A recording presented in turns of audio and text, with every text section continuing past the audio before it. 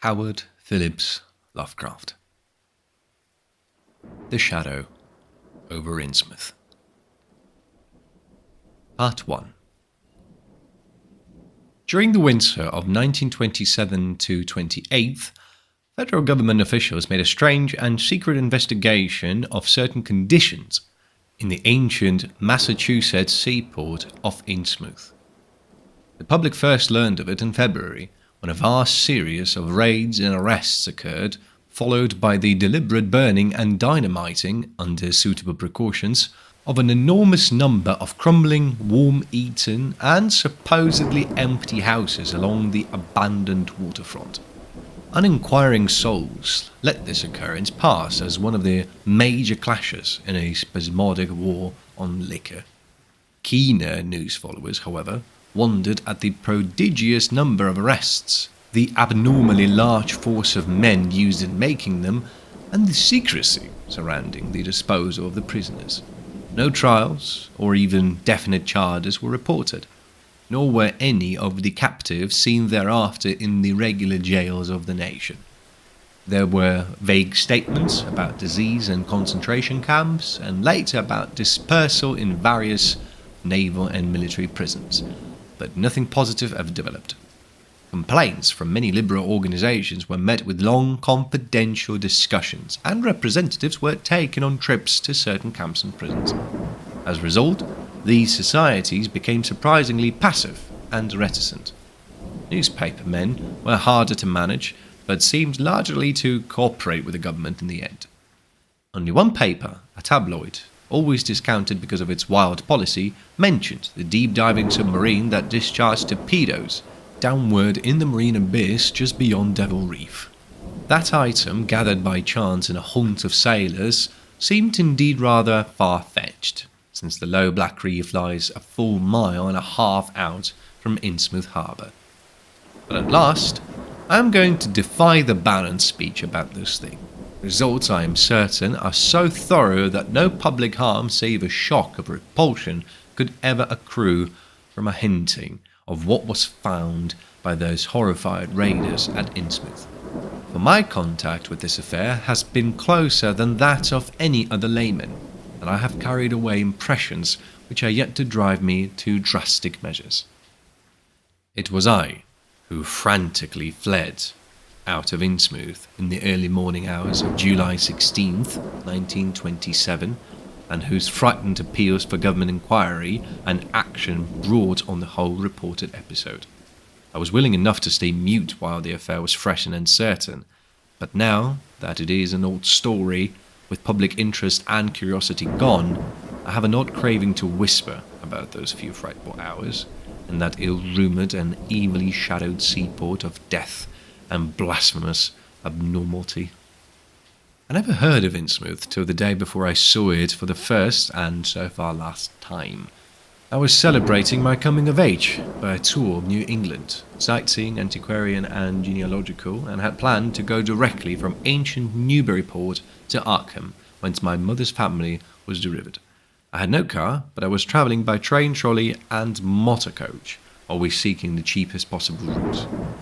In Newburyport, they told me that the stream train was the thing to take to Arkham, and it was only at the station ticket office when I demurred at the high fare that I learned about Innsmouth. The stout, shrewd-faced agent, whose speech showed him to be no local man, seemed sympathetic toward my efforts at economy, and made a suggestion that none of my other informants had offered. "You could take that old bus, I suppose," you say with a certain hesitation, "but it ain't thought much of hereabouts. It goes through Innsmouth. You may have heard about that, and so the people don't like it. Run by an Innsmouth fellow, Jaw Sergeant, but never gets any custom from here or Arkham either, I guess. Leaves the square, front of Hammond's drugstore, at 10 a.m. and 7 p.m. unless they've changed lately. Looks like a terrible rattle trap. I've never been on it." That was the first I ever heard of shadowed Innsmouth. Any reference to a town not shown on common maps or listed in recent guidebooks would have interested me. The agent's old manner of allusion aroused something like real curiosity, so I asked the agent to tell me something about it. He was very deliberate and spoke with an air of feeling slightly superior to what he said. Innsmouth? Well, it's a queer kind of a town down at the mouth of Manuxet. Used to be almost a city, quite a port before the War of 1812, but all gone to pieces in the last 100 years or so. No railroad now. B&M never went through, and the branch line from Rowley was given up years ago. More empty houses than there are people, I guess, and no business to speak of except fishing and lobstering. Everybody trades mostly either here, or in Arkham, or Ipswich. Once they had quite a few milks, but nothing's left now except one gold refinery running on the leanest kind of part-time. That refinery, though, used to be a big thing, and Old Man Marsh, who owns it, must be rich in a Croesus. Queer old duck, though, and sticks mighty close in his home. He's supposed to have developed some skin disease or deformity late in life that makes him keep out of sight. Grandson of Captain Obed Marsh, who founded the business. His mother seems to have been some kind of foreigner, they say a South Sea Islander, so everybody raised Cain when he married an Ipswich girl 50 years ago.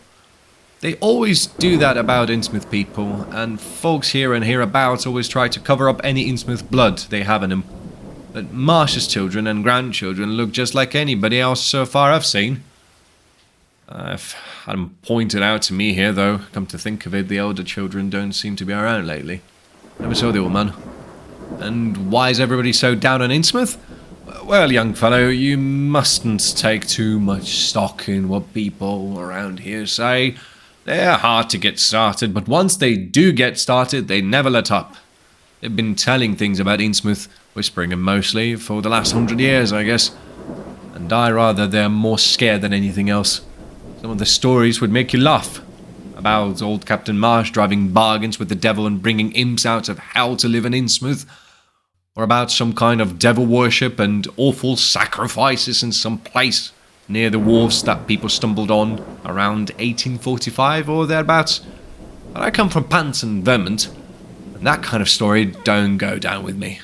You ought to hear, though, what some of the old-timers tell about the Black Reef off the coast, Devil Reef they call it.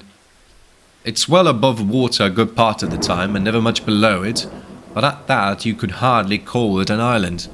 The story is that there is a whole legion of devils seen sometimes on that reef, sprawled about or darting in and out of some kind of caves near the top.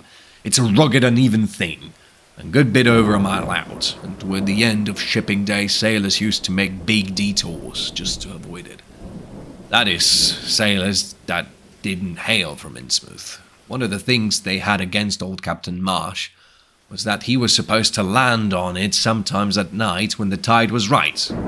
Maybe he did, for I dare say the rock formation was interesting, and it's just barely possible he was looking for pirate loot, and maybe finding it. But there was talk of his dealing with demons there. Fact is, I guess, on the whole, it was really the captain that gave the bad reputation to the reef. That was before the big epidemic of 1846, when over half the folks of Innsmouth was carried off. They never did quite figure out what the trouble was, but it was probably some foreign kind of disease brought from China or somewhere by the shipping. It surely was bad enough. There was riots over it, and all sorts of ghastly doings that I don't believe ever got outside of town, and it left the place in awful shape. Never came back. There can't be more than 300 or 400 people living there now. But the real thing behind the way folks feel is simply race prejudice. And I don't say I'm blaming those that hold it. I hate those Innsmouth folk myself, and I wouldn't care to go to their town. I suppose you know, though I can see you're Westerner by your talk, what a lot our New England ships used to have to do with queer ports in Africa, Asia, the South Seas, and everywhere else, and what queer kinds of people they sometimes brought back with them. You've probably heard about this Salem man that came home with a Chinese wife, and maybe you know there's still a bunch of Fiji Islanders somewhere around Cape Cod. Well, there must be something like that back of the Innsmouth people. The place always was badly cut off from the rest of the country by marshes and creeks, and we can't be sure about the ins and outs of the matter. But it's pretty clear that old Captain Marsh must have brought home some odd specimens when he had all three of his ships in commission back in the 20s and 30s. There certainly is a strange kind of a streak in the Innsmouth folks today. I don't know how to explain it, but it sort of makes you crawl. You'll notice a little in Sargent if you take his bus. Some of them have queer narrow heads with flat noses and bulgy starey eyes that never seem to shut, and their skin ain't quite right. Rough and scabby, and the sides of their necks are all shriveled or creased up. Get bald too, very young. The older fellows look the worst. Fact is, I don't believe I've ever seen a very old chap of that kind. Guess they must die of looking in the glass. Animals hate them. They used to have lots of horse trouble before altars came in. Nobody can ever keep track of those people, and state school officials and census men have a devil of a time. You can bet that prying strangers ain't welcome around Innsmouth. I heard personally of more than one business or government man that's disappeared in there, and there's loose talk of one who went crazy and is out at Danvers now. They must have fixed up some awful scare for that fellow. That's why I wouldn't go at night if I was you. I've never been there. I have no wish to go. But I guess a daytime trip couldn't hurt you, even though the people hereabouts will advise you not to make it. If you're just sightseeing and looking for old-time stuff, Innsmouth ought to be quite a place for you. And so I spent part of that evening at the Newburyport Public Library looking up data about Innsmouth. The Essex County histories on the library shelves had very little to say, except that the town was founded in 1643, noted for shipbuilding before the Revolution, a seat of great marine prosperity in the early 19th century, and later a minor factory centre using the Manoxet as power. The epidemic and riots of 1846 were very sparsely treated, as if they formed a discredit to the country. References to decline were few, though the significance of the later record was unmistakable. After the Civil War, all industrial life was confined to the Marsh Refining Company, and the marketing of gold ingots formed the only remaining bit of major commerce, aside from the eternal fishing. Most interesting of all was a glancing reference to the strange jewellery vaguely associated with Innsmouth.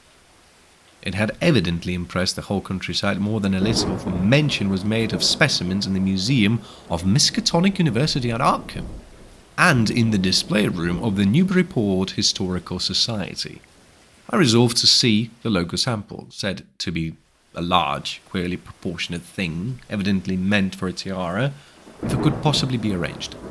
The librarian gave me a note of introduction to the curator of the society, a Miss Anna Tilton, who lived nearby, and after a brief explanation, that ancient gentlewoman was kind enough to pilot me into the closed building, since the hour was not outrageously late. The collection was a notable one indeed, but in my present mood I had eyes for nothing but the bizarre object which glistened in a corner cupboard under the electric lights.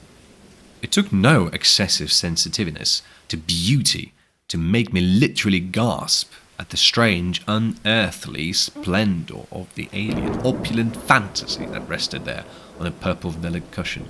The longer I looked, the more the thing fascinated me, and in this fascination there was a curiously disturbing element, hardly to be classified or accounted for. I decided that it was the queer, otherworldly quality of the art which made me uneasy. It was as if the workmanship were that of another planet. The patterns all hinted of remote secrets and unimaginable abysses in time and space, and the monotonously aquatic nature of the reliefs became almost sinister. Among these reliefs were fabulous monsters of abhorrent grotesqueness and malignity, wholly primal and awesomely ancestral. At times I fancied that every contour of these blasphemous fish rocks was overflowing with the ultimate quintessence of unknown and inhuman evil. In odd contrast to the tiara's aspect was its brief and prosy history as related to Miss Tilton. It had been pawned for a ridiculous sum at a shop in State Street in 1873 by a drunken Innsmouth man, shortly afterward killed in a brawl. Miss Tilton was inclined to believe that it formed part of some exotic pirate hoard discovered by old Captain Obed Marsh.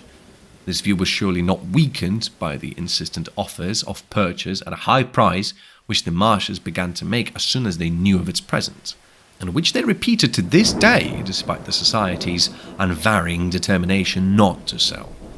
As the good lady showed me out of the building, she assured me that the rumours of devil worship were partially justified by a peculiar secret cult which had gained force there and engulfed all the Orthodox churches. It was called, she said, the Esoteric Order of Dagon, and was undoubtedly a debased, quasi-pagan thing imported from the East a century before, at a time when Innsmouth fisheries seemed to be going barren. Its persistence among simple people was quite natural in view of the sudden and permanent return of abundantly fine fishing, and it soon came to be the greatest influence on the town. All this, to the pious Miss Tilton, formed an excellent reason for shunning the ancient town of decay and desolation. But to me, it was merely a fresh incentive, and I could scarcely sleep in my small room at the Y as the night wore away. Chapter 2. Shortly before 10 the next morning, I stood with my one small valise in front of Hammond's drugstore in the old market square, waiting for the Innsmouth bus. In a few moments, a small motor coach of extreme decrepitude and dirty grey colour rattled down State Street, made a turn and drew up at the curb beside me. I felt immediately that it was the right one, a guess which the half-illegible sign on the windshield, Arkham, Innsmouth, Newport, soon verified. There were only 3 passengers, dark unkempt men of sullen visage and somewhat youthful cast, and when the vehicle stopped, they clumsily shambled out and began walking up State Street in a silent, almost furtive fashion. The driver also alighted.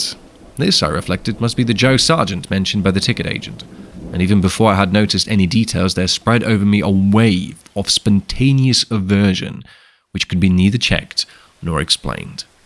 There was a thin, stoop-shouldered man, not much under 6 feet tall, dressed in shabby blue civilian clothes and wearing a frayed grey golf cap. His age was perhaps 35, but the odd, deep creases in the sides of his neck made him seem older when one did not study his dull, expressionless face. He had a narrow head, bulging, watery blue eyes that seemed never to wink, a flat nose, a receding forehead and chin, and singularly undeveloped ears. As he walked toward the bus, I observed his peculiarly shambling gait, and saw that his feet were inordinately immense. The more I studied them, the more I wondered how he could buy any shoes to fit them. A certain greasiness about the fellow increased my dislike. He was evidently given to working or lounging around the fish docks, and carried with him much of their characteristic smell. Just what foreign blood was in him, I could not even guess. I was sorry when I saw that there would be no other passengers on the bus. Somehow I did not like the idea of riding alone with this driver. But as the leaving time obviously approached, I conquered my qualms and followed the man aboard, extending him a $1 bill and murmuring this single word, Innsmouth. At length, the decrepit vehicle started with a jerk and rattled noisily past the old brick buildings of State Street amidst a cloud of vapour from the exhaust. The day was warm and sunny, but the landscape of sand, sedge grass and stunted shrubbery became more and more desolate as we proceeded. Out the window I could see the blue water and the sandy line of Plum Island, and we presently drew very near the beach as our narrow road veered off from the main highway to Rowley and Ipswich. At last we lost sight of Plum Island and saw the vast expanse of the open Atlantic on our left. Our narrow course began to climb steeply, and I felt a singular sense of disquiet in looking at the lonely crest ahead where the rutted roadway met the sky. It was as if the bus were about to keep on its ascent, leaving the sane earth altogether and merging with the unknown arcana of upper air and cryptical sky.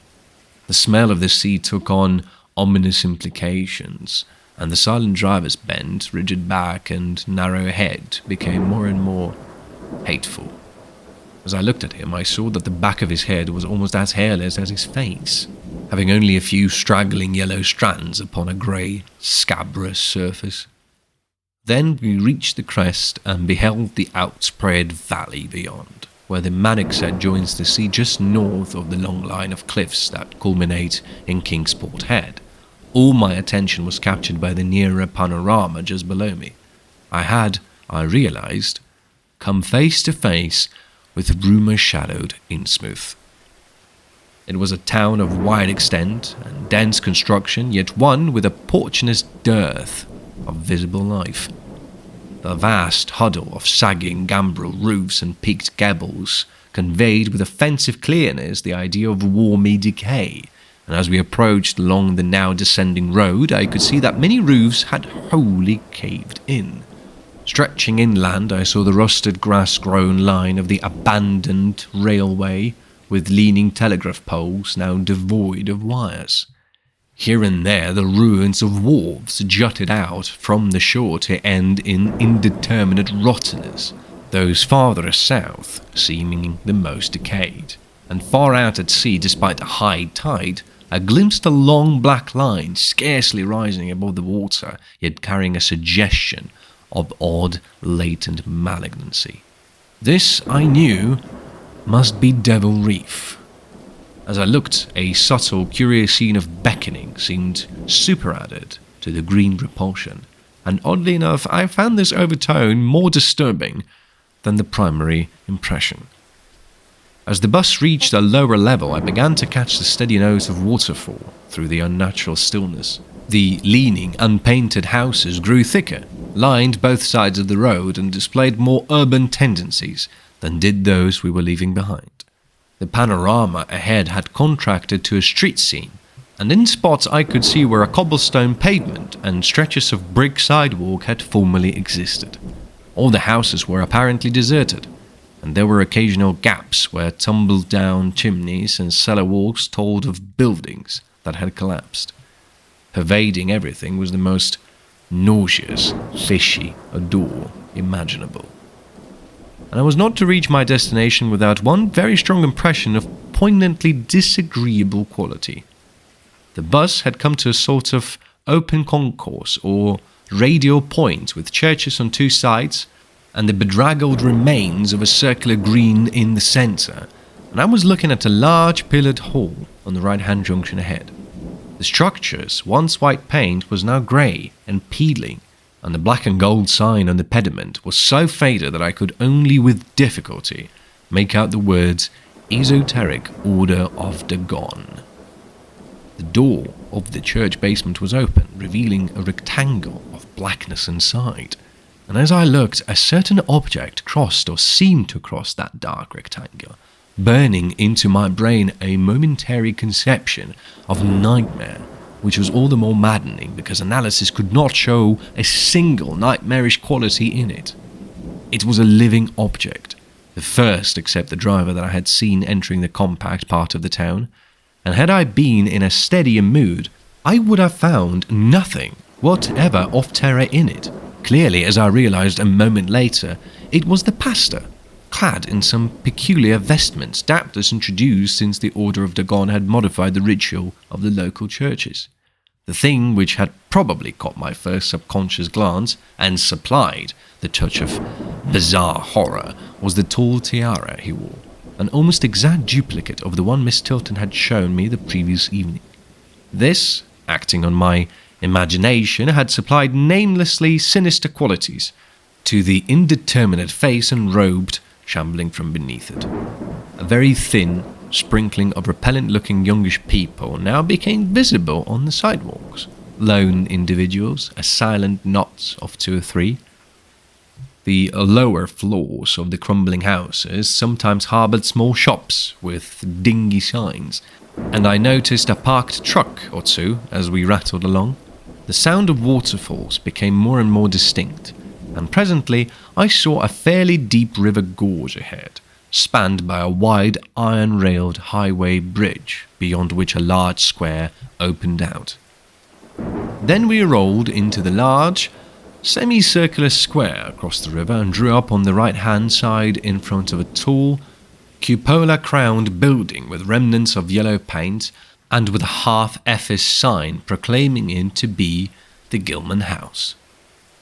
I was glad to get out of that bus, and at once proceeded to check my valise in the shabby hotel lobby. There was only one person in sight, an elderly man, without what I had come to call the Innsmouth look, and I decided not to ask him any of the questions which bothered me, remembering that odd things had been noticed in this hotel. Instead, I strolled out on the square, from which the bus had already gone, and studied the scene minutely and appraisingly. For some reason or other, I chose to make my first inquiries at the chain grocery, whose personnel was not likely to be native to Innsmouth. I found a solitary boy of about 17 in charge, and was pleased to note the brightness and affability which promised cheerful information. He seemed exceptionally eager to talk, and soon I gathered that he did not like the place, its fishy smell, or its furtive people. His family did not like him to work in Innsmouth, but the chain had transferred him there, and he did not wish to give up his job. There was, he said, no public library or chamber of commerce in Innsmouth, but I could probably find my way about. The street I had come down was Federal. West of that were the fine old residence streets, Broad, Washington, Lafayette, and Adams, and east of it were the shoreward slums. Certain spots were almost forbidden territory, as he had learned at considerable cost. One must not, for example, linger much around the Marsh refinery, or around any of the still-used churches, or around the pillared Order of Dagon Hall at Newchurch Green. Those churches were very odd, all violently disavowed by their respective denominations elsewhere, and apparently using the queerest kind of ceremonials and clerical vestments. As for the Innsmouth people, the youth hardly knew what to make of them. Their appearance, especially those staring, unwinking eyes which one never saw shut, was certainly shocking, and their voices were disgusting.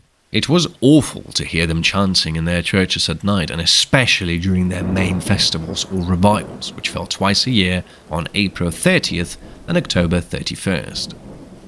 They were very fond of the water, and swam a great deal in both river and harbour. Swimming races out to Devil Reef were very common, and everyone inside seemed well able to share in this arduous sport. It would be of no use, my informant said, to ask the natives anything about the place. The only one who would talk was a very aged but normal-looking man who lived at the poorhouse on the north rim of the town and spent his time walking about or lounging around the fire station. This hoary character, Zadok Allen, was 96 years old and somewhat touched in the head besides being the town drunkard. He was a strange, furtive creature who constantly looked over his shoulder as if afraid of something, and when sober could not be persuaded to talk at all with strangers. He was, however, unable to resist any offer of his favourite poison, and once drunk would furnish the most astonishing fragments of whispered reminiscence. After all, though little useful data could be gained from him, since his stories were all insane, incomplete hints of impossible marvels and horrors which could have no source save in his own distorted fancy. Nobody ever believed him, but the natives did not like him to drink and talk with any strangers, and it was not always safe to be seen questioning him. It was probably from him that some of the wildest popular whispers and delusions were derived. The Marshes, together with the other three gently bred families of the town, the Whites, the Gilmans, and the Elliots, were all very retiring. They lived in immense houses along Washington Street, and several were reputed to harbour in concealment certain kinsfolk whose personal aspect forbade public view, and whose deaths had been reported and recorded. Warning me that most of the street signs were down, the youth drew for my benefit a rough but ample and painstaking sketch map of the town's salient features. After a moment's study, I felt sure that it would be a great help, and pocketed it with profuse thanks. Thus began my systematic, though half-bewildered, tour of Innsmouth's narrow, shadow-blighted ways. Crossing the bridge and turning toward the roar of the lower falls, I passed close to the Marsh refinery, which seemed oddly free from the noise of industry. This building stood on the steep river bluff near a bridge, and an open confluence of streets, which I took to be the earliest civic centre displaced after the revolution by the present town square.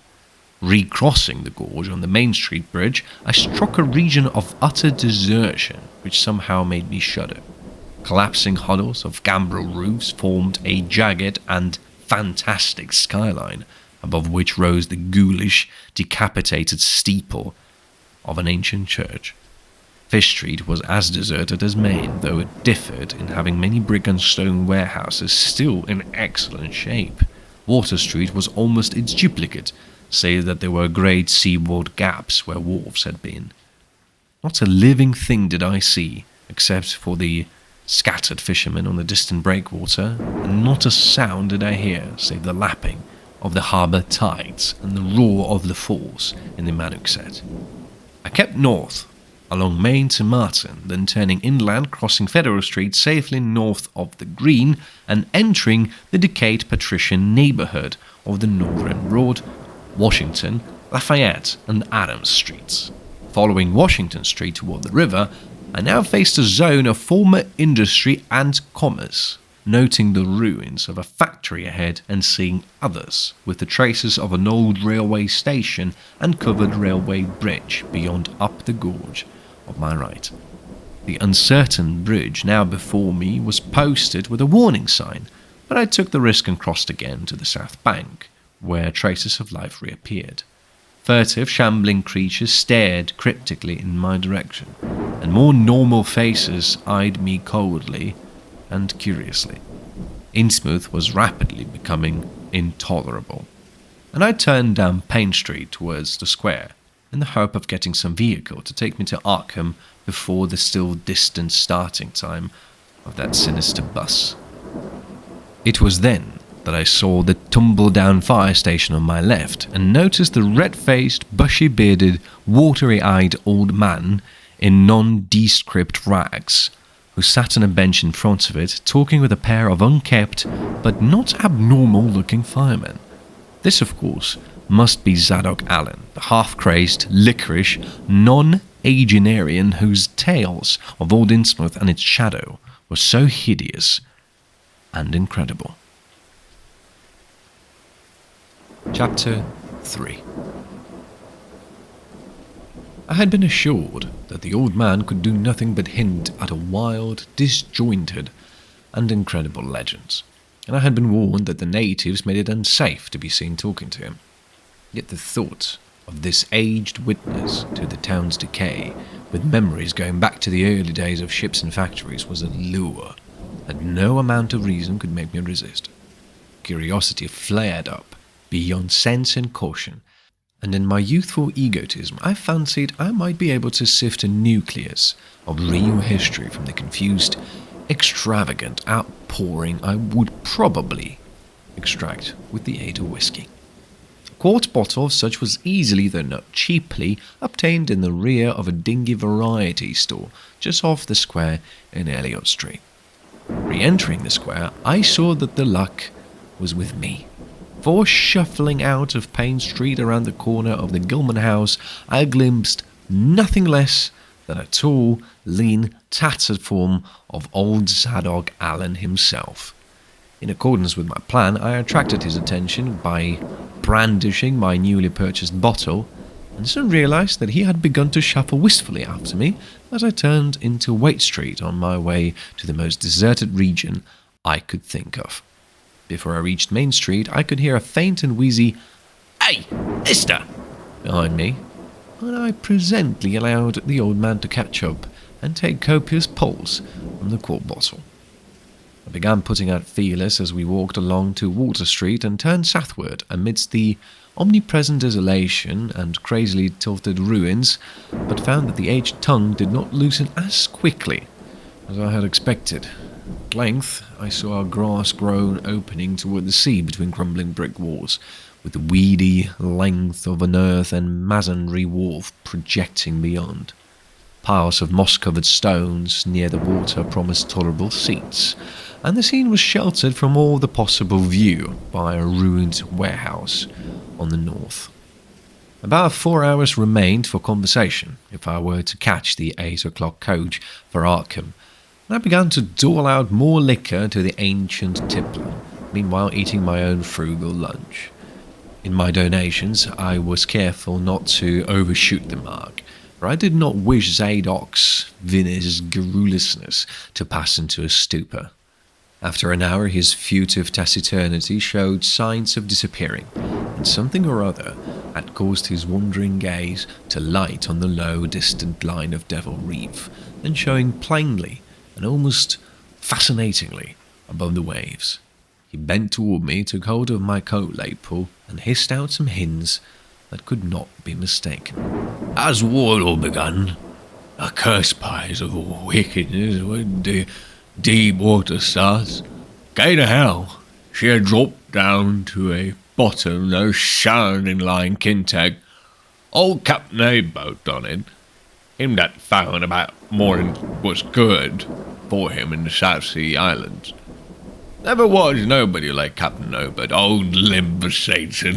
I can mind him telling about foreign parts and calling all the folks for going to Christian mating and bearing their burdens meek and lowly. Says they'd ought to get better gods like some of the old folks in Ingies. Gods as would bring them good finishing in return for their sacrifices. I don't really answer folks' prayers. Matt Elliot, his first mate, talked a lot too. And he was Asian folks doing any heathen things. Told about an island east of Othies, where there was a lot of stone ruins older than anybody knew anything about, kind of like them on Ponap in the Carolines, but with carvings of faces that looked like the big statues on Easter Island. There was a little volcanic island near that too. What they was other ruins with different carvings. Ruins all wore away like they'd been under the sea onked, and with pictures of monsters all over him. Well, Sir Matt, he says the natives around had all the fish they could catch, and sports at braces, armlets and herrings made out of queer kind of gold and covered with pictures or monsters just like the ones carved over the ruins on the little island. Sort of fish like frogs, or frog-like fishes. I was drawn in all kinds of positions like they was human beings. Nobody could get out of them what they got all the stuff, and all the other natives wondered how they managed to find fish in plenty, even when the very next islands had lean pickings. Matt, he got to wandering too, and so did Captain Obed. Obed, he notices besides that lots of the handsome young folks would drop bells aside for good from year to year, and that they weren't many old folk around. Also, he thinks some of the folks looks darned queer, even for Kanakis. It took Obed to get the truth out of the heathens. I don't know how he'd done it, but he began by trading for the gold-like things they were. Asked them what they come from, and if they could get more, and finally warmed the story about the old chief, Wallachie, they called him. Nobody but Obed would ever believe the old yellow devil, but the captain could read folks like they were books. Nobody never believes me now when I tell him. I don't suppose you will, young fella. Oh, come to look at you, you have kind of got sharp reading eyes, like Obed had. The old man's whisper grew fainter, and I found myself shuddering at the terrible and sincere portentousness of his intonation, even though I knew his tale could be nothing but drunken fantasy. What, Sir Obed? He learned that there's things on this earth as most folk never heard about, and wouldn't believe they did hear. It seems these Kanakis were sacrificing heaps of their young men and maidens to some kind of god things that lived under the sea, and getting all kinds of favours in return. They met the things on the little island with the queer ruins, and it seems them awful pictures of rockfish monsters were supposed to be pictures of these things. Me, there was the kind of critters that's got all the mermaid stories, and such started. There are all kinds of cities on the sea bottom, and this island was heaved up from there. Seems they were some of the things alive in the stone buildings when the island comes sudden to the surface. That's how the Kanakas got wind they was done there. Made sign talk as soon as they got over being scared, and pieced up a bargain afore long. Then things, like human sacrifices. I'd had 'em ages before, but lost track of the upper world after a time. What they done to the victims, it ain't fair me to say, and I guess Obed wouldn't none too sharp about asking. But it was alright with the heathens, 'cause they'd been having a hard time and was desperate about everything.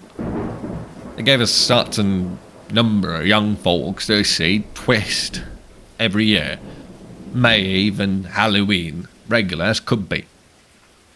Also give 'em of the carved knickknacks they made. What the things agreed to give 'em in return was plenty of fish. They drew 'em in from all over the sea, and a few goat-like things now and then. When it come to mating with them toad-looking fishes, the Kanakas kind of balked, but finally they learned something that's put a new face on the matter. Seems that human folks has got a kind of relation to such water beasts, that everything alive come out of the water wronged, and only needs a little change to go back again.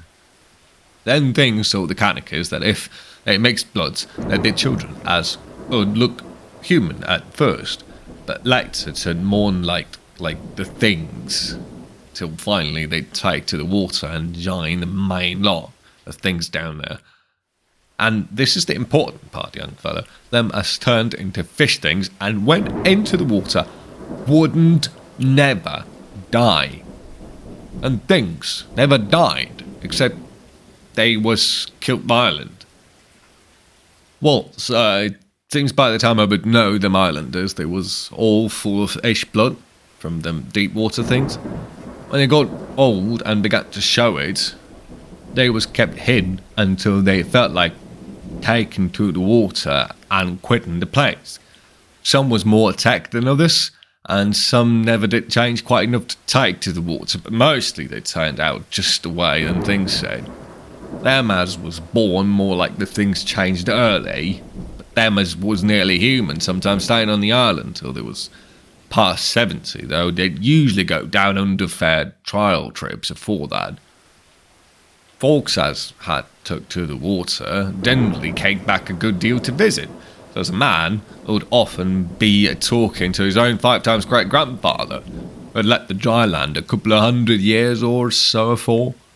Everybody got out with the idea of dying, except in canoe wars with the other islanders, or as sacrifices to the sea gods down below, or from snakebite or plague or sharp galloping ailments, or something before they could take to the water, but simply looked forward to a kind of change that weren't a bit horrible after a while. They thought they'd got was well worth all they'd had to give up. I guess Obed kind of come to think the same himself when he chewed over old Wallaky's story a bit. Wallaky, though, was one of the few as hadn't got none of the fish blood, being of royal line and intermarried with royal lines on other islands. Wallaky gave him a funny kind of thingamagic made about a lead or something, that he said it would bring up the fish things from any place in the water, or they might be a nest of them. The idea was to drop it down with the right kind of prayers and such. Wallaky allowed us was the things were scattered all over the world, so if anybody looked about, find a nest and could bring him up if they was wanted. Matty didn't like this business at all and wanted Obed should keep away from the island, but the captain was sharp again and found he could get them goat-like things so cheap it would pay him to make a specialty of them. Things went on that way for years, and Obed got enough of that goat-like stuff to make him start the refinery and Waite's old run down Fulham Mill. Well, come about 38, when I was 7 years old, Obed he found the island people all wiped out between voyages.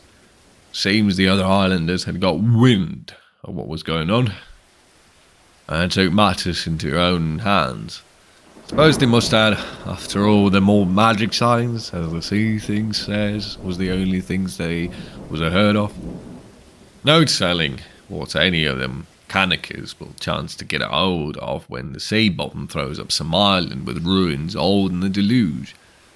Pious cusses these was. They didn't leave nothing standing on either the main island or the little volcanic island, except what parts of the ruins was too big to knock down. That naturally hit Over pretty hard, seeing as his normal trade was doing very poor.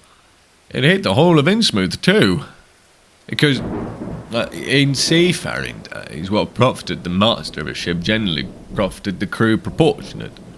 Most of the folks around the town took the hard times kind of sheep-like and resigned, but they was in bad shape because the fishing was pettering out and the mills weren't doing none too well. Then's the time, but he began a cursing at the folks for being dull sheep and praying to Christian heaven, and didn't help none. He told them he'd know the folks as prayed to gods that give something you really need, and says if a good bunch of men would stand by him, you could maybe get a hold of certain pairs as would bring plenty of fish and quite a bit of gold.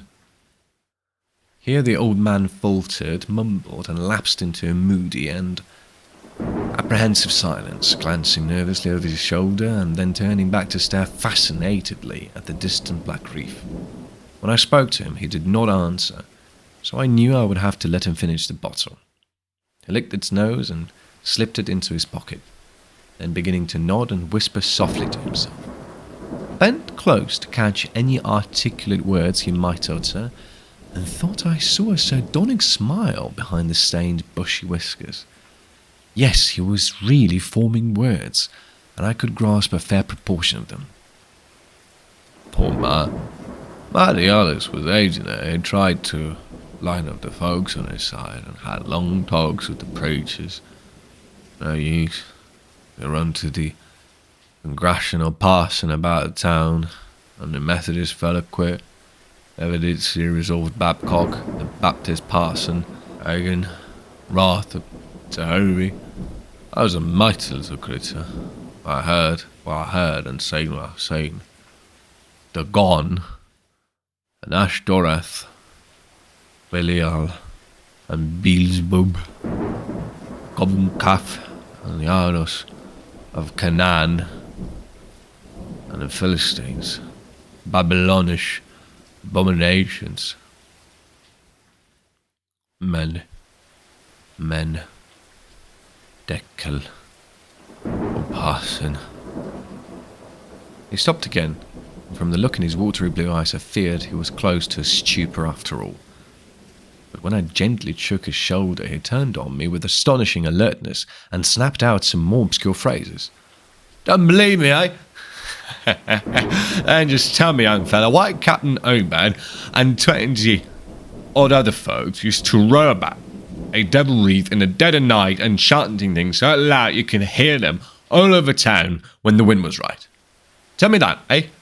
And tell me why Obad was always dropping heavy things down the water, the deep water, to the other side of the reef, while the bottom shoots down like a cliff flow in Keen Sound. Tell me what he done with that 40-shaped Lee thingamajig as well as he gave him, eh, boy? The watery blue eyes were almost savage and maniacal now, and the dirty white beard bristled electrically. Old Zadok probably saw him shrink back, but he began to cackle evilly. Again to see, eh? How about the night I took my parachute glasses up to a coupler and see the reef a bristling thick with shades that dove off quick, soon as the moon rose. I bet them folks was in a dory, but them shapes dove off the far side into the deep water and never come up. How'd you like to be a little shaver alone up in a cupola watching shapes as what human shapes, eh?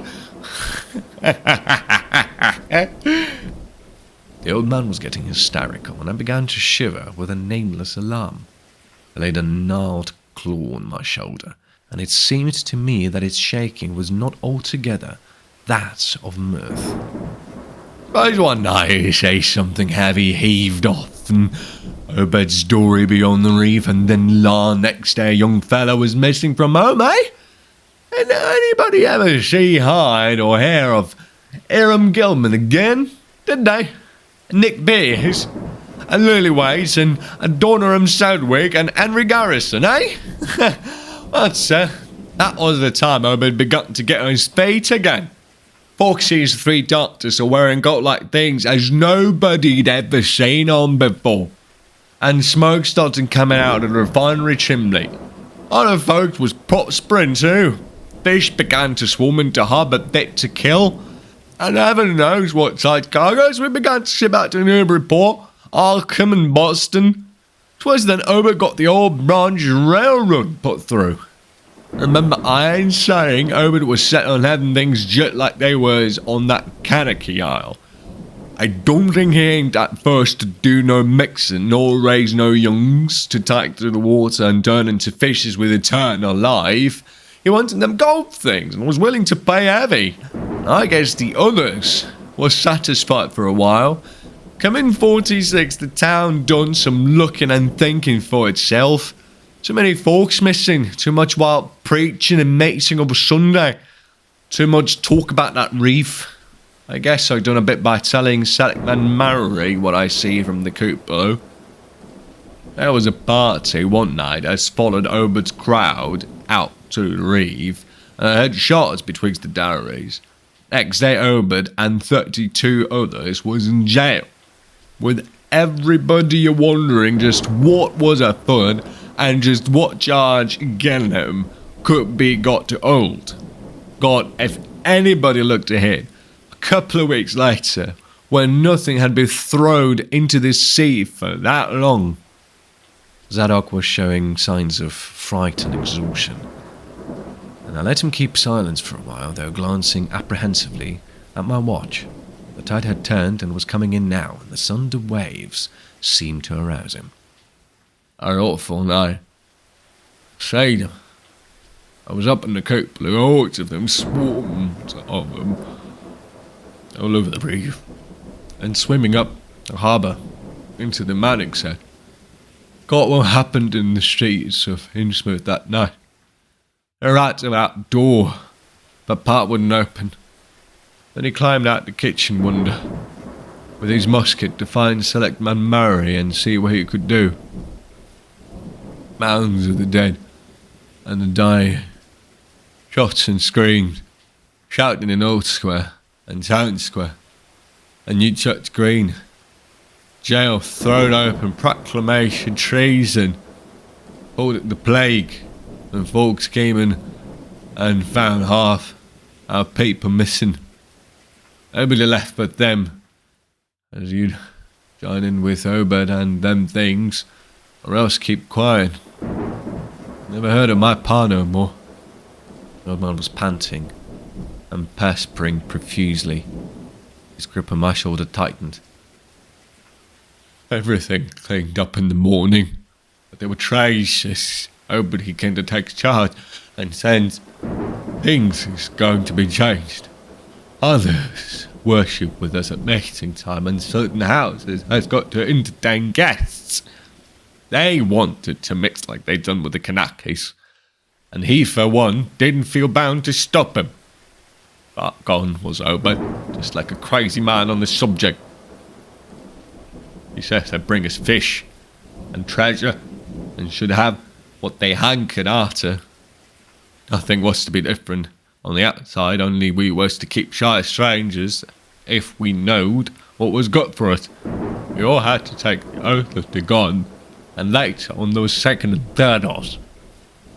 And some of us, they had help special, get special rewards, gold and such.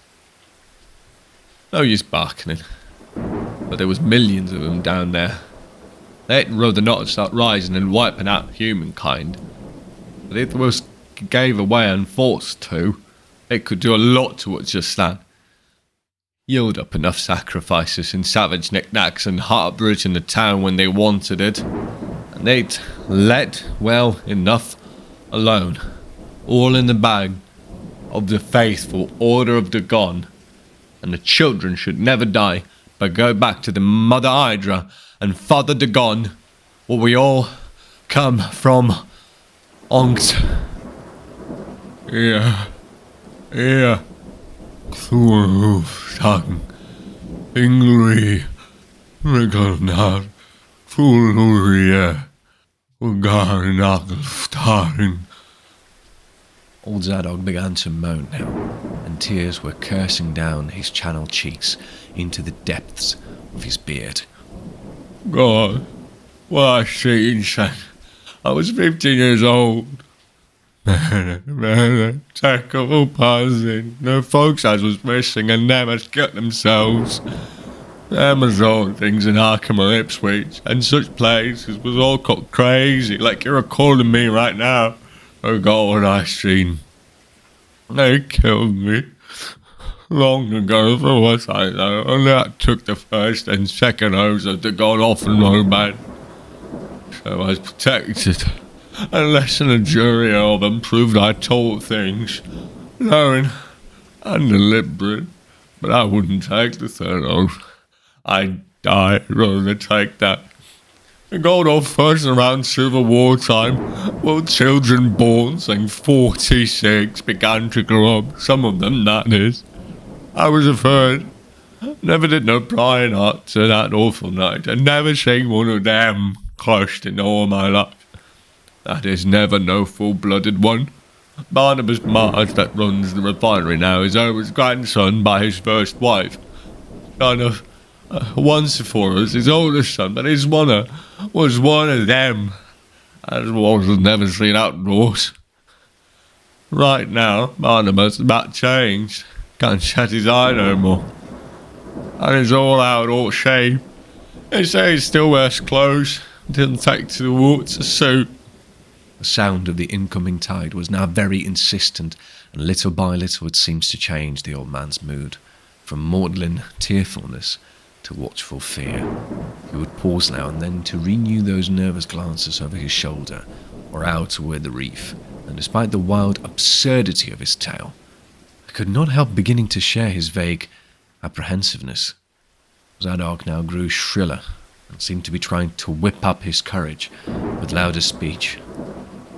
Hey, why don't you say something? How'd you like to be living in a town like this with everyone rotting and dying and boarded up monsters crawling and bleeding and barking and hopping round black cellars and attics everywhere you turn? Hey? Well, sir, let me tell you that ain't the worst.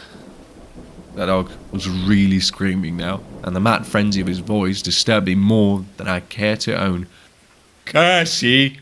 Don't set that staring at me with them eyes. I told Herbert Mars is in hell, and he's got to stay there. In hell, I says, can't get me. I ain't done nothing, not told nobody nothing. Are you, young fella? Well, even if I hadn't told nobody nothing yet, I'm going now. You just sit still and listen to me. This is what I ain't never told nobody. I says I didn't get to do no prying after that night, but I found things about just the same. You want to know what the real horror is, eh? Well, it's this. It ain't what them fish devils has done, but what they are going to do. They're bringing things up out of what they come from into the town. Been doing it for years and slackening up lately. Them houses north of the river betwixt Water and Main Street is full of them. Them devils and what they bring and what they get ready. And when they get ready, they hear tell of a Shoggoth. Hey, do you hear me? I tell you, I know what them things be. I seen them one night and... The hideous suddenness and inhuman frightfulness of the old man's shriek almost made me faint. His eyes looking past toward me, the malodorous sea, were positively starting from his head, while his face was a mask of fear worthy of Greek tragedy. His bony claw dug monstrously into my shoulder, and he made no motion as to turn my head to look at whatever he had glimpsed. There was nothing I could see, only the incoming tide with perhaps one set of ripples more local than the long-flung line of breakers. But now the dog was shaking me, and I turned back towards the melting of that fear-frozen face into chaos of twitching eyelids and mumbling gums. Presently his voice came back, albeit a trembling whisper. "Get out of here. Get out of here, they're saying us. Get out for your life. Don't wait for nothing, they know now. Run for it, quick. Out of this town." Another heavy wave dashed against the loosening masonry of the bygone wharf and changed the mad ancient's whisper to another inhuman and blood-curdling scream.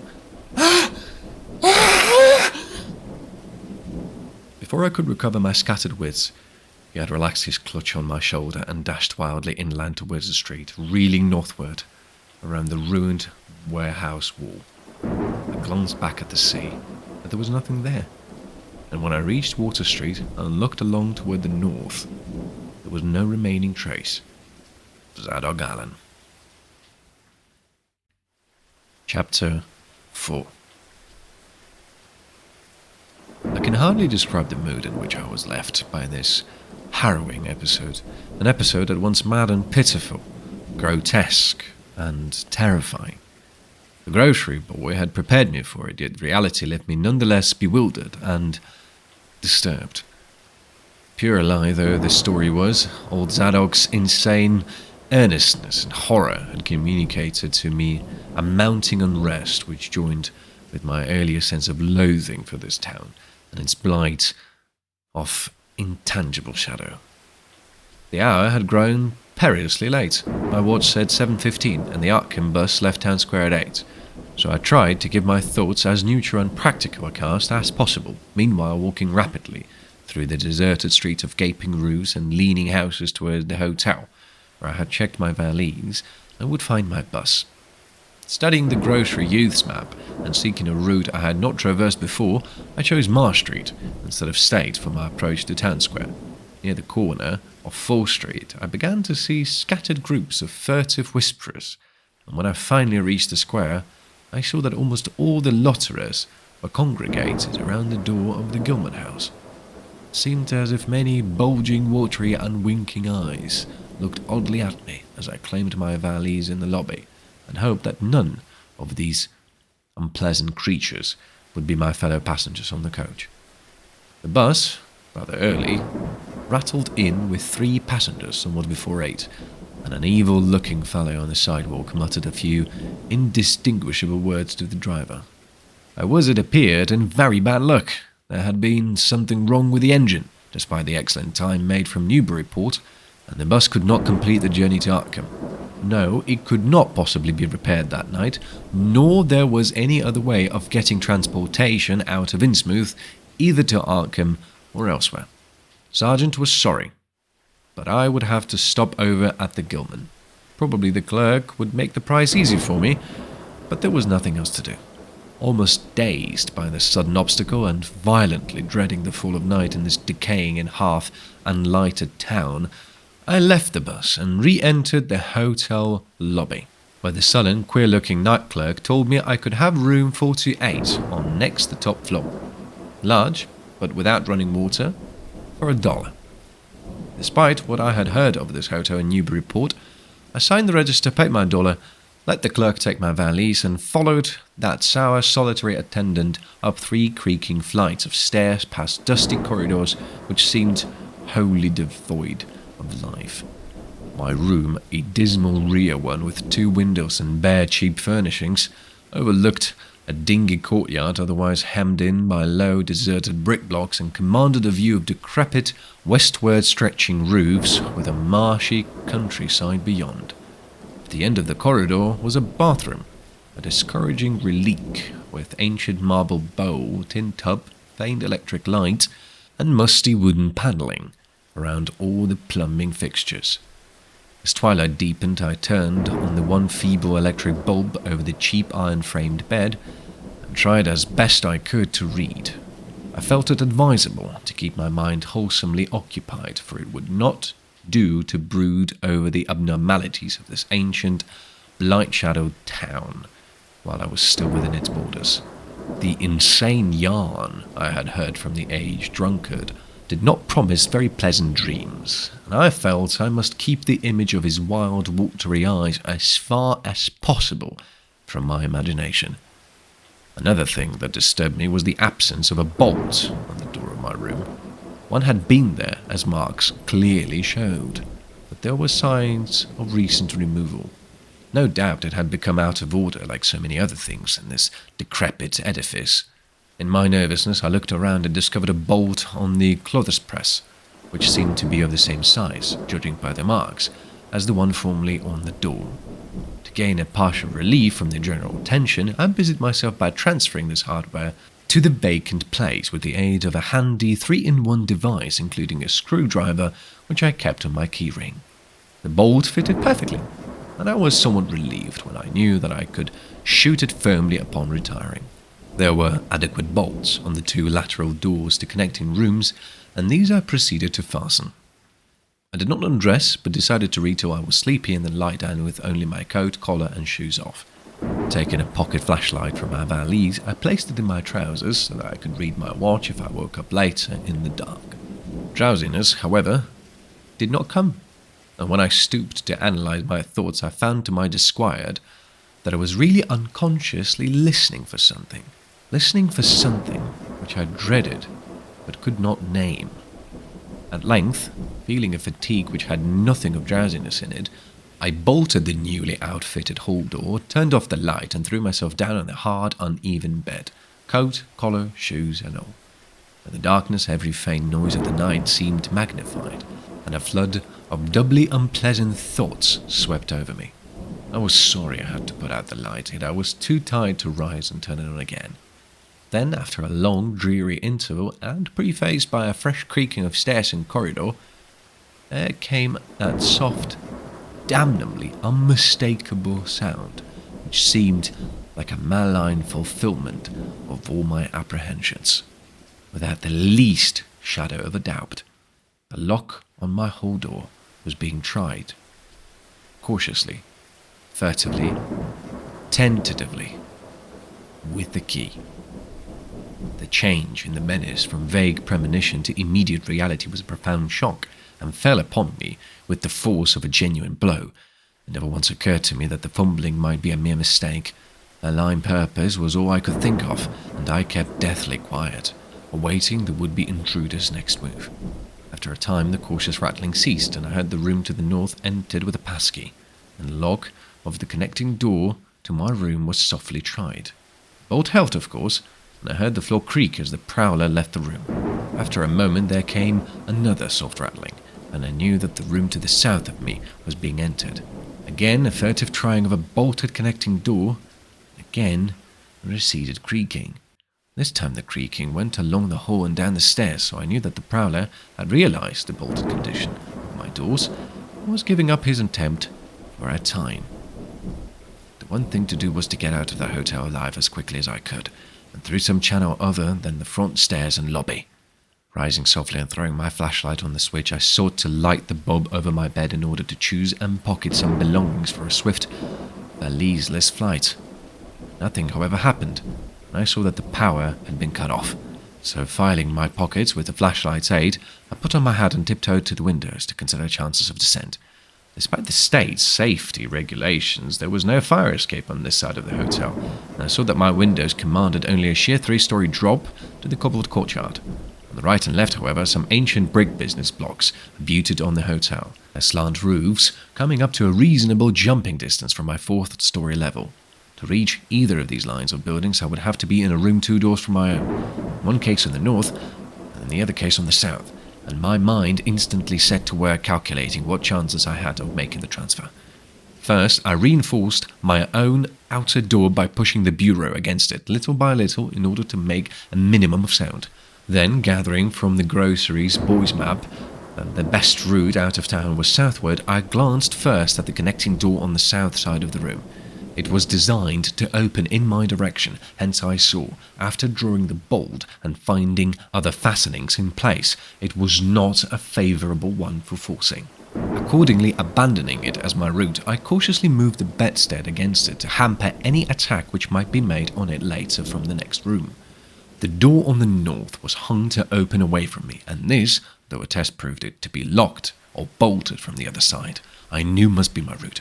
If I could gain the roofs of the building in Payne Street and descend successfully to the ground level, I might perhaps dart through the courtyard and the adjacent or opposite buildings to Washington or Bates, or else emerge in Payne and edge around southward into Washington. In any case, I would aim to strike Washington somehow and get quickly out of the town square region. My preference would be to avoid Payne, since the fire station there might be open all night. I was irresolutely speculating on when I had better attack the northward door, and on how I could least audibly manage it, when I noticed that the vague noises underfoot had given place to a fresh and heavier creaking of the stairs. A wavering flicker of light showed through my transom, and the boards of the corridor began to groan with a ponderous load. Muffled sounds of possible vocal origin approached, and at length a firm knock came at my outer door. For a moment I simply held my breath and waited. Eternity seemed to elapse, and the nauseous, fishy odour of my environment seemed to mount suddenly and spectacularly. Then the knocking was repeated continuously and with growing insistence. I knew that the time for action had come, and forthwith drew the bolt of the northward connecting door, bracing myself for the task of battering it open. The knocking waxed louder, and I hoped that its volume would cover the sound of my efforts. At last, beginning my attempt, I lunged again and again at the thin panelling, with my left shoulder heedless of shock or pain. Finally the connecting door gave, but with such a crash that I knew those outside must have heard. Instantly the outside knocking became a violent battering, while keys sounded ominously in the hall doors of the rooms on both sides of me. Rushing through the newly opened connection, I succeeded in bolting the northerly hall door before the lock could be turned, but even as I did so, I heard the hall door of the third room, the one whose window I had hoped to reach the roof below, being tried with a passkey. For an instant I felt absolute despair, since my trapping in a chamber with no window egress seemed complete. Then, with a dazed automatism, I made for the next connecting door and performed the blind motion of pushing at it in an effort to get through. Sheer fortunate chance gave me my reprieve, for the connecting door before me was not only unlocked, but actually ajar. In a second I was through, and I had my right knee and shoulder against the hall door, which was visibly opening inward. The pressure took the opener off guard, for the thing shut as I pushed, so that I could slip the well-conditioned bolt as I had done with the other door. As I gained this respite, I heard the battering at the two other doors abate, while a confused clatter came from the connecting door I had shielded with the bedstead. Evidently the bulk of my assailants had entered the southerly room and were massing in a lateral attack. But at the same moment a pass key sounded in the next door to the north, and I knew that a nearer peril was at hand. The northward connecting door was wide open, but there was no time to think about checking the already turning lock in the hole. All I could do was to shut and bolt the open connecting door, as well as its mate on the opposite side, pushing the bedstead against the one and a bureau against the other, and moving a washstand in front of the hall door. I saw, trust to such makeshift barriers to shield me till I could get out of the window and on the roof on the Payne Street block. But even in this acute moment, my chief horror was something apart from the immediate weakness of my defences. I was shuddering because not one of my pursuers, despite some hideous pantings, gruntings, and subdued barkings at odd interval, was uttering an unintelligible vocal sound.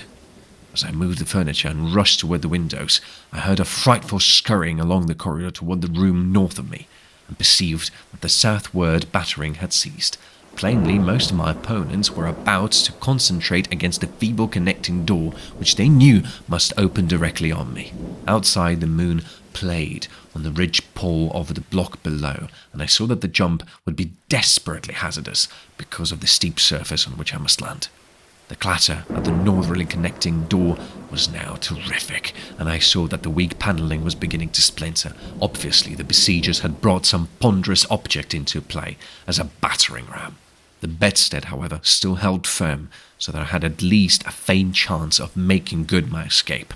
As I opened the window, I noticed that it was flanked by heavy velour drapery suspended from a pole by brass rings, and also that there was a large projecting catch for the shutters on the exterior.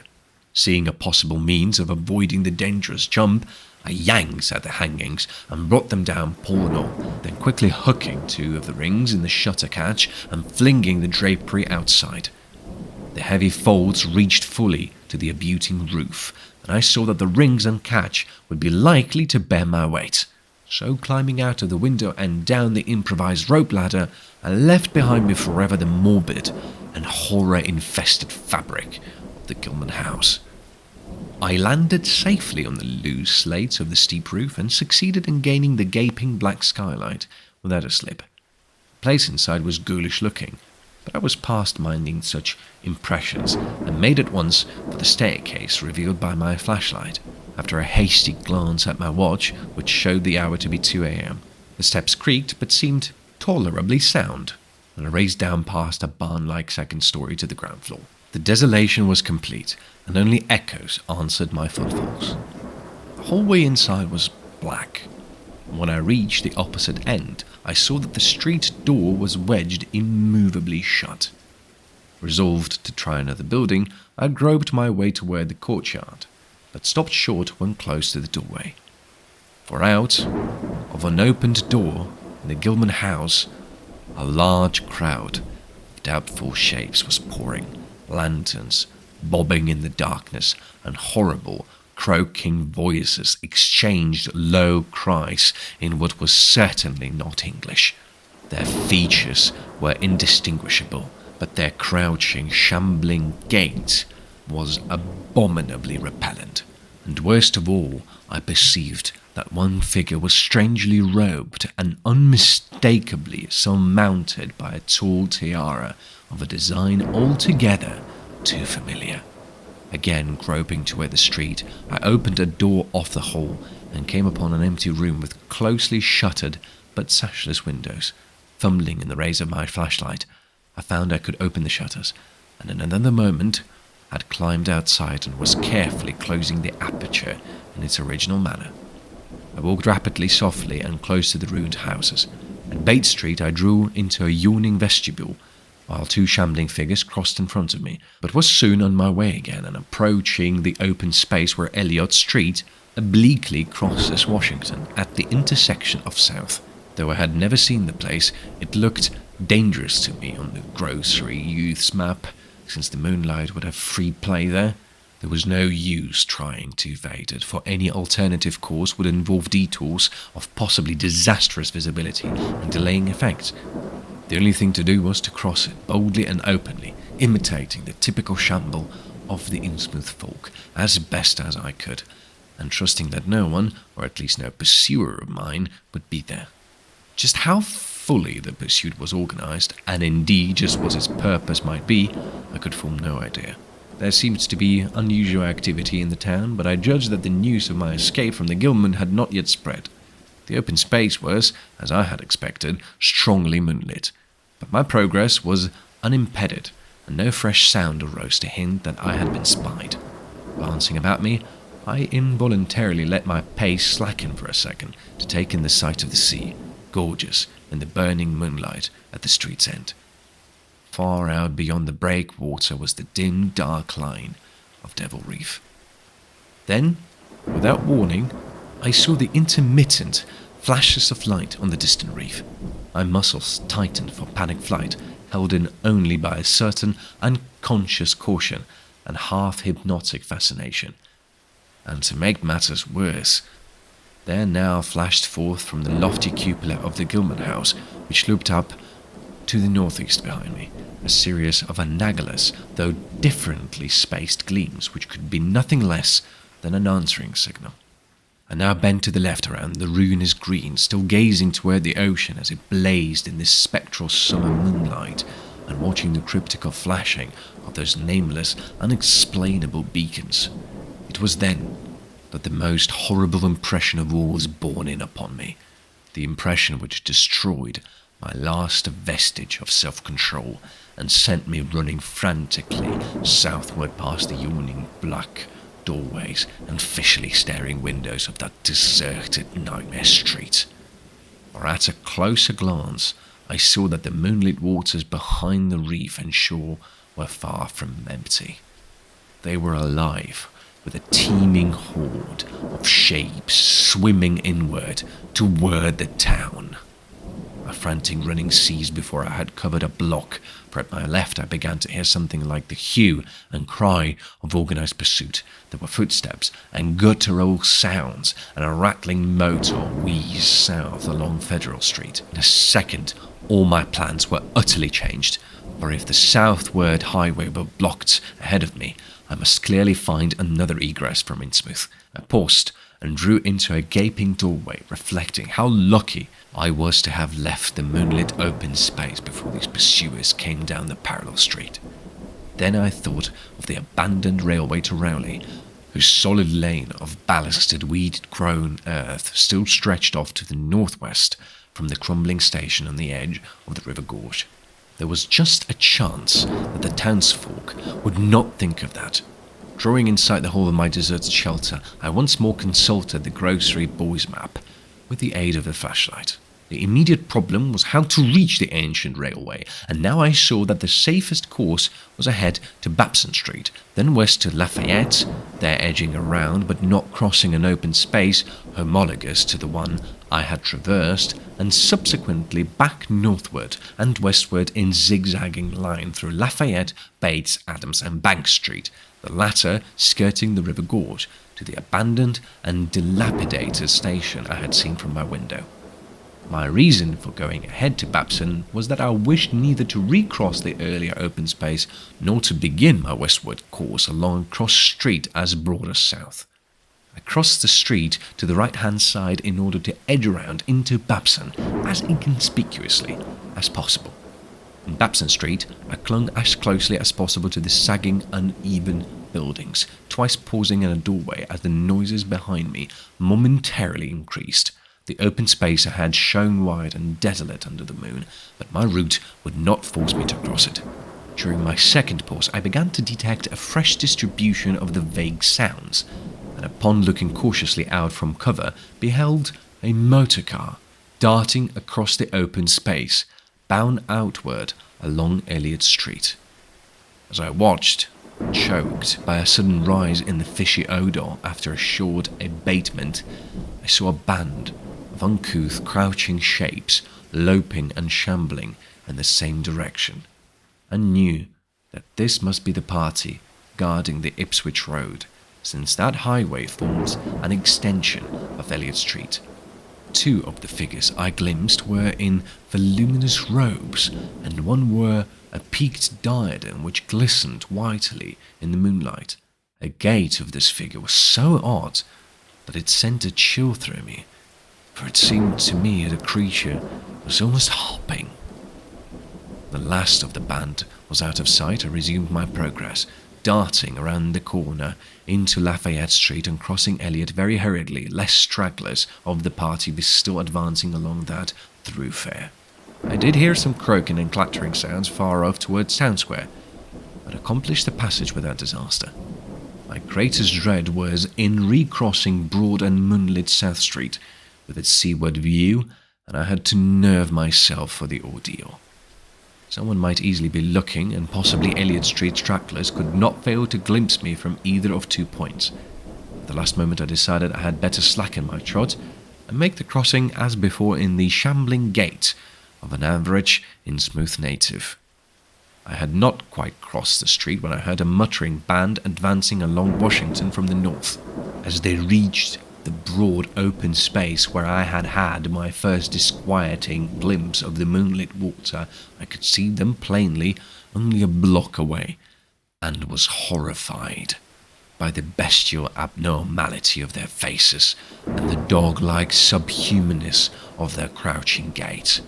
One man moved in a positively simian way, with long arms frequently touching the ground, while another figure, robed and tiaraed, seemed to progress in an almost hopping fashion. I judged this party to be the one I had seen in the Gilman's courtyard, the one, therefore, most closely on my trail. As some of the figures turned to look in my direction, I was transfixed with fright, yet managed to preserve the casual shambling gait I had assumed. To this day, I do not know whether they saw me or not. If they did, my stratagem must have deceived them, for they passed on across the moonlit space without varying their course, meanwhile croaking and jabbering in some hateful guttural patois I could not identify. Once more in shadow, I resumed my former dog trot past the leaning and decrepit houses that stared blankly into the night. Having crossed to the western sidewalk, I rounded the nearest corner into Bates Street, where I kept close to the buildings on the southern side. At last, I saw the ancient arcaded station, or what was left of it, and made directly for the tracks that started from its farther end. The rails were rusty, but mainly intact, and not more than half the ties had rotted away. Walking or running on such surface was very difficult, but I did my best, and on the whole made very fair time. For some distance in the line kept on along the gorge's brink, but at length I reached the long covered bridge where it crossed the chasm at a dizzy height.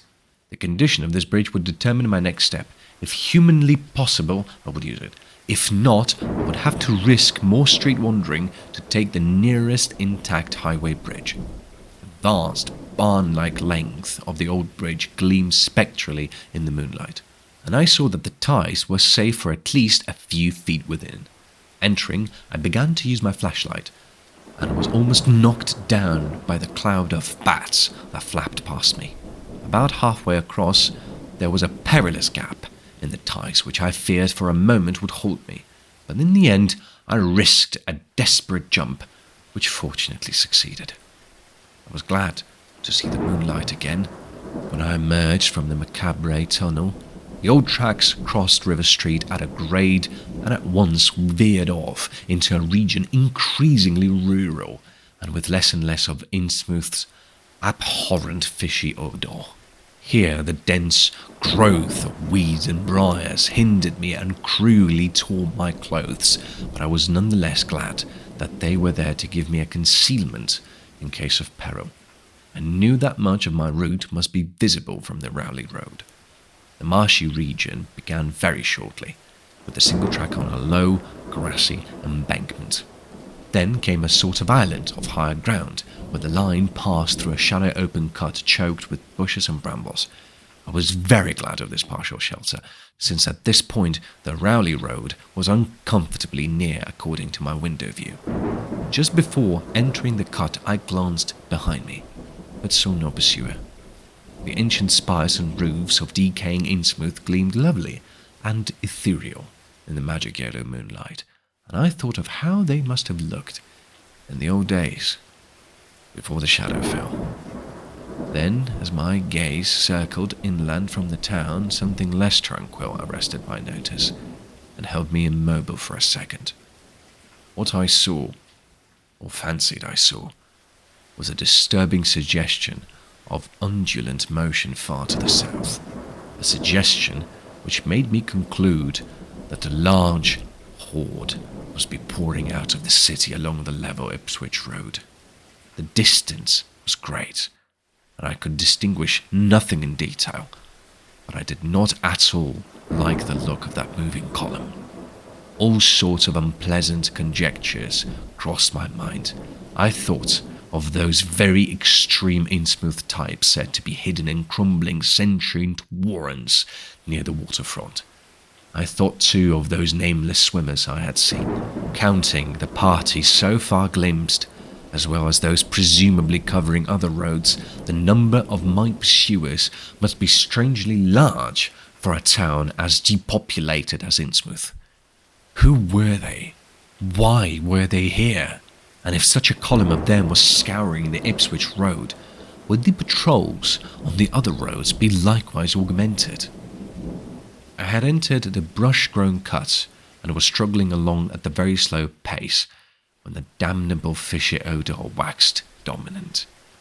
There were sounds too, a kind of wholesale, colossal flopping or pattering, which somehow called up images of the most detestable sort. And then both stench and sounds grew stronger, so that I paused, shivering and grateful for the cut's protection. It was here, I recalled, that the Rowley Road drew so close to the old railway before crossing westward and diverging. Something was coming along that road, and I must lie low till its passage and vanishment in the distance. Crouched in the bushes of that sandy cleft, I felt reasonably safe, even though I knew the searchers would have to cross the track in front of me not much more than 100 yards away. I would be able to see them, but they could not, except by a malign miracle, see me. All at once I began dreading to look at them as they passed. I saw the closed moonlit space where they would surge by, and had curious thoughts about the irredeemable pollution of that space. They would perhaps be the worst of Over Innsmouth types, something one would not care to remember. The stench waxed overpowering, and the noises swelled to a bestial babel of croaking, baying, and barking without the least suggestion of human speech. Were these indeed the voices of my pursuers? That flopping and pattering was monstrous. I could not look upon the degenerate creatures responsible for it. I would keep my eyes shut till the sounds receded toward the west. The horde was very close now, the air foul with their hoarse snarlings, and the ground almost shaking with their alien rhythmed footfalls. My breath nearly ceased to come, and I put every ounce of willpower into the task of holding my eyelids down. I am not even yet willing to say whether what followed was a hideous actuality or only a nightmare hallucination. The later action of the government, after my frantic appeals, would tend to confirm it as a monstrous truth. But could not an hallucination have been repeated under the quasi-hypnotic spell of that ancient haunted and shadowed town? I must try to tell what I thought I saw that night under the mocking yellow moon, saw surging and hopping down the Rowley Road in plain sight in front of me as I crouched among the wild brambles of that desolate railway cut. Of course my resolution to keep my eyes shut had failed. It was foredoomed to failure, for who could crouch blindly while a legion of croaking, baying entities of unknown sorts flopped noisomely past, scarcely more than 100 yards away? For I knew that a long section of them must be plainly in sight where the sides of the cut flattened out and the road crossed the track. I could no longer keep myself from sampling whatever horror that leering yellow moon might have to show. It was the end, for whatever remained to me of life on the surface of this earth, of every vestige of mental peace and confidence in the integrity of nature and of the human mind. Can it be possible that this planet has actually spawned such things, that human eyes have truly seen as objective flesh what man has hitherto known only in verbal fantasies and tenuous legend? And yet I saw them in a limitless stream, flopping, hopping, croaking, bleating, surging inhumanly through the spectral moonlight in a grotesque, malignant saraband of fantastic nightmare. And some of them had tall tiaras of that nameless whitish gold metal, and some were strangely robed, and one who led the way was clad in a ghoulishly humped black coat and stripped trousers, and had a man's felt hat perched on the shapeless thing that answered for a head. I think their predominant colour was a greyish green, though they had white bellies. They were mostly shiny and slippery, but the ridges of their backs were scaly. Their forms vaguely suggested the anthropoid, while their heads were the heads of fish with prodigious bulging eyes that never closed. At the sides of their necks were palpitating gills. The long paws were webbed. They hopped irregularly, sometimes on 2 legs and sometimes on 4, or were somehow clad that they had no more than 4 limbs. Their croaking, baying voices, clearly used for articulate speech, held all the dark shades of expression which their staring faces lacked. But for all their monstrousness, they were not unfamiliar to me. I knew too well what they must be. Or was not the memory of that evil tiara at Newburyport still fresh? They were the blasphemous fish frogs of the nameless design, living and horrible, and as I saw them, I knew also of what that humped, tiaraed priest in the black church basement had so fearsomely reminded me. Their number was past guessing. It seemed to me that there were limitless swarms of them, and certainly my momentary glimpse could have shown only the least fraction. In another instant, everything was blotted out by a merciful fit of fainting, the first I had ever had. Chapter 5. It was a gentle daylight rain that awaked me from my stupor in the brush-grown railway cut, and when I staggered out of the roadway ahead I saw no trace of any prints in the fresh mud. Innsmouth's ruined roofs and toppling steeples loomed up greyly toward the southeast, but not a living creature did I spy in all the desolate salt marshes around. My watch was still going, and told me that the hour was past noon. The reality of what I had been through was highly uncertain in my mind, but I felt that something hideous lay in the background. I must get away from the evil shadowed Innsmouth, and accordingly I began to test my cramped, wearied powers of locomotion. Despite weakness, hunger, horror, and bewilderment, I found myself after a time able to walk, so I started slowly along the muddy road to Rowley. Before evening I was in the village, getting a meal and providing myself with presentable clothes. I caught the night train to Arkham, and the next day talked long and earnestly with government officials there. A process I later repeated in Boston. With the main result of these colloquies, the public is now familiar, but I wish for normality's sake there were nothing more to tell. Perhaps it is madness that is overtaking me, yet perhaps a greater horror, or a greater marvel is reaching out. I dared not look for that piece of strange jewellery said to be in the Miskatonic University Museum.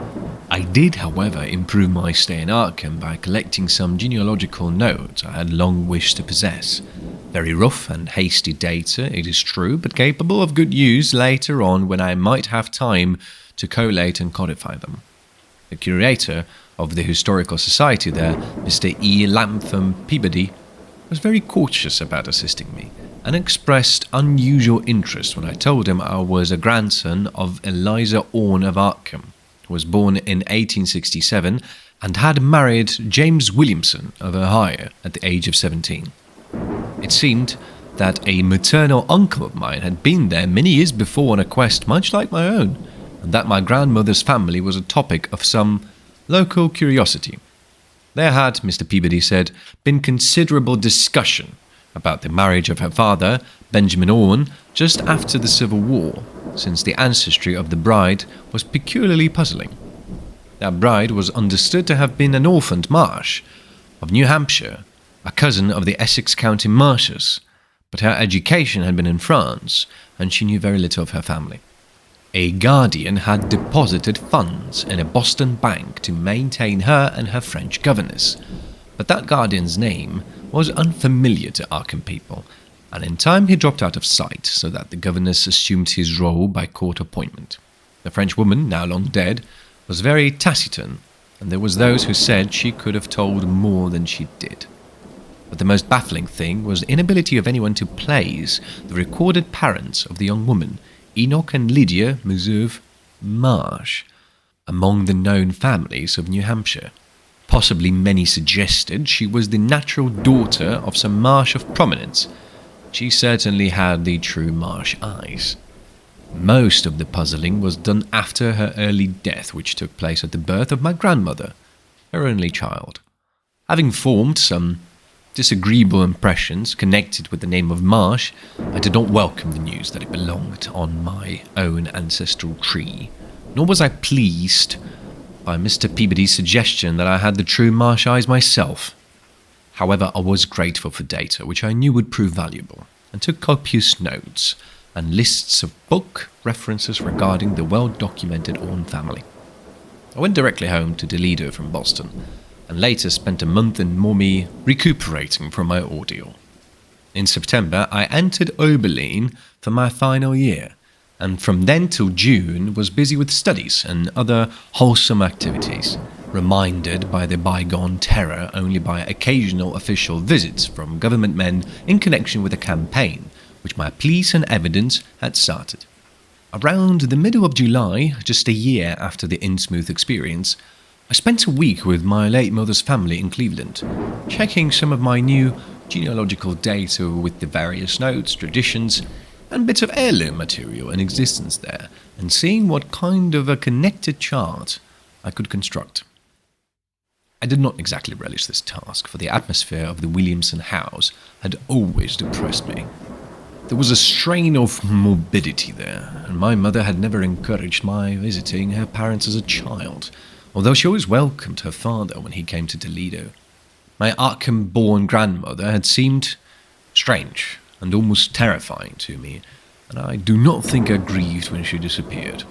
I was 8 years old then, and it was said that she had wandered off in grief after the suicide of my Uncle Douglas, her eldest son. He had shot himself after a trip to New England, the same trip, no doubt, which had caused him to be recalled at the Arkham Historical Society. His uncle had resembled her, and I had never liked him either. Something about the staring, unwinking expression of both of them had given me a vague, unaccountable uneasiness. My mother and uncle, Walter, had not looked like that.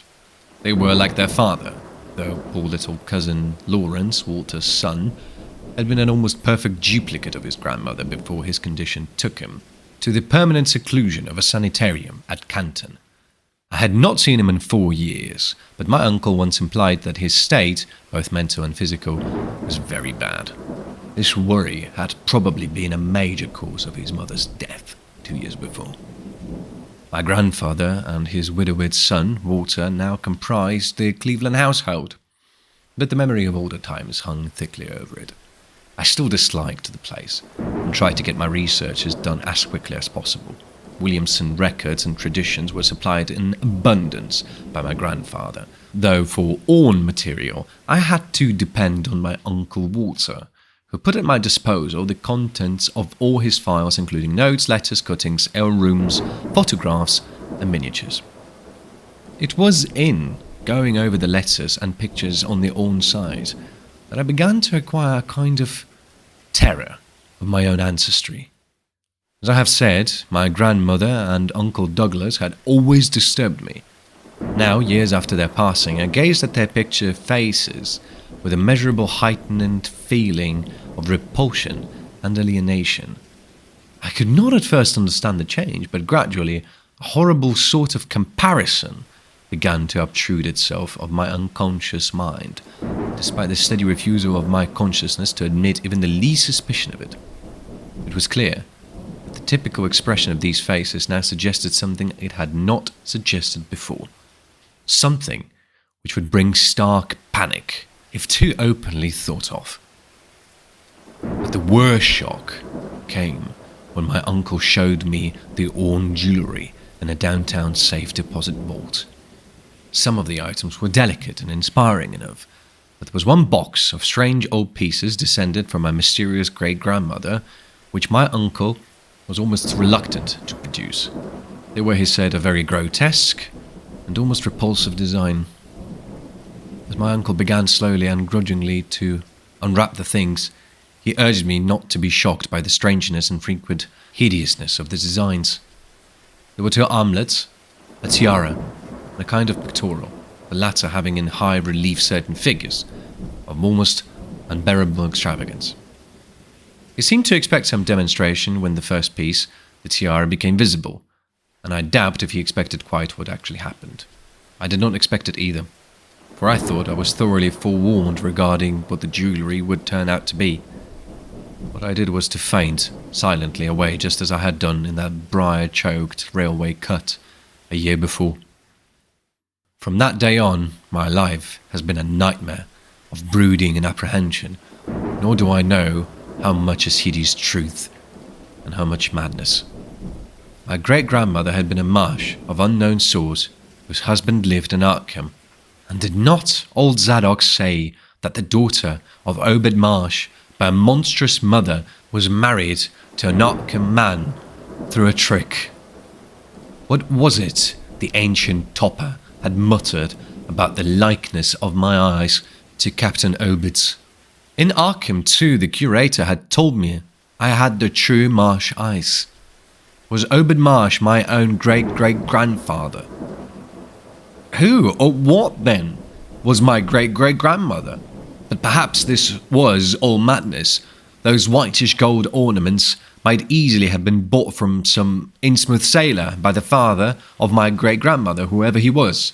And that look in the staring-eyed faces of my grandmother and self-slain uncle might be a sheer fantasy, bolstered up by the Innsmouth shadow, which had so darkly coloured my imagination. But why had my uncle killed himself after an ancestral quest in New England? For more than 2 years I thought of those reflections with partial success. My father secured me a place in an insurance office, and I buried myself in routine as deeply as possible. In the winter of 1932-31, however, the dreams began. They were very sparse and insidious at first, but increased in frequency and vividness as the weeks went by. Great watery spaces opened out before me, and I seemed to wander through titanic sunken porticos and labyrinths of weedy cyclopean walls and grotesque fishes as my companions. Then the other shapes began to appear, filling me with nameless horror the moment I awoke. But during the dreams they did not horrify me at all. I was one with them, wearing their unhuman trappings, treading their aqueous ways, and praying monstrously at their evil sea-bottom temples. There was much more than I could remember, but even what I did remember each morning would be enough to stamp me as a madman, or a genius if I ever dared write it down. Some frightful influence I felt was seeking gradually to drag me out of the sane world of wholesome life into unnameable abysses of blackness and alienage, and the process told heavily on me. My health and appearance grew steadily worse, till I finally was forced to give up my position and adopt the static, secluded life of an invalid.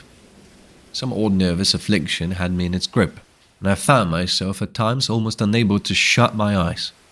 It was then that I began to study the mirror with mounting alarm. The slow ravages of disease are not pleasant to watch, but in my case there was something subtler and more puzzling in the background. My father seemed to notice it too, for he began looking at me curiously and almost affrightedly. What was taking place in me? Could it be that I was coming to resemble my grandmother and Uncle Douglas? One night I had a frightful dream, in which I met my grandmother under the sea. She lived in a phosphorescent palace of many terraces with gardens of strange leprous corals and grotesque brachiid efflorescences, and welcomed me with a warmth that may have been sardonic. She had changed, as those who take to the water change, and told me she had never died. Instead, she had gone to a spot her dead son had learned about, and had leaped to a realm whose wonders, destined for him as well, he had spurned with a smoking pistol. This was to be my realm too. I could not escape it. I would never die, but would live with those who had lived since before man ever walked the earth. I met also that which had been her grandmother. For 80,000 years, Pythia Luai had lived in Yan Nithlay, and thither she had gone back after Obed Marsh was dead. Yan Nithlay was not destroyed when the Upper Earth men shot death into the sea. It was heard, but not destroyed. The deep ones could never be destroyed, even though the Paleogean magic of the forgotten old ones might sometimes check them. For the present, they would rest, but someday, if they remembered, they would rise again for the tribute great Cthulhu craved. It would be a city greater than Innsmouth next time. They had planned to spread, and had brought up that which would help them, but now they must wait once more. For bringing the upper earth men's death, I must do a penance, but that would not be heavy. This was the dream in which I saw Shoggoth for the first time, and the sight set me awake in a frenzy of screaming. That morning the mirror definitely told me I had acquired the Innsmouth look. So far I have not shot myself, as my Uncle Douglas did. I bought an automatic and almost took the step, but certain dreams deterred me. The tense extremes of horror are lessening, and I feel queerly drawn toward the unknown sea deeps instead of fearing them. I hear and do strange things and sleep, and awake with a kind of exhaustion instead of terror. I do not believe I need to wait for the full change, as most have waited. If I did, my father would probably shut me in a sanitarium, as my poor little cousin is shut up. Stupendous and unheard of splendors await me below, and I shall see them soon. Iarle Cthulhuftagn. Ia. No, I shall not shoot myself. I cannot be made to shoot myself. I shall plan my cousin's escape from that Canton madhouse, and together we shall go to marvelous shadowed Innsmouth. We shall swim out to that brooding reef in the sea, and dive down through black abysses to cyclopean and many-columned Johannes lay, and in that layer of the deep ones we shall dwell amidst wonder and glory forever.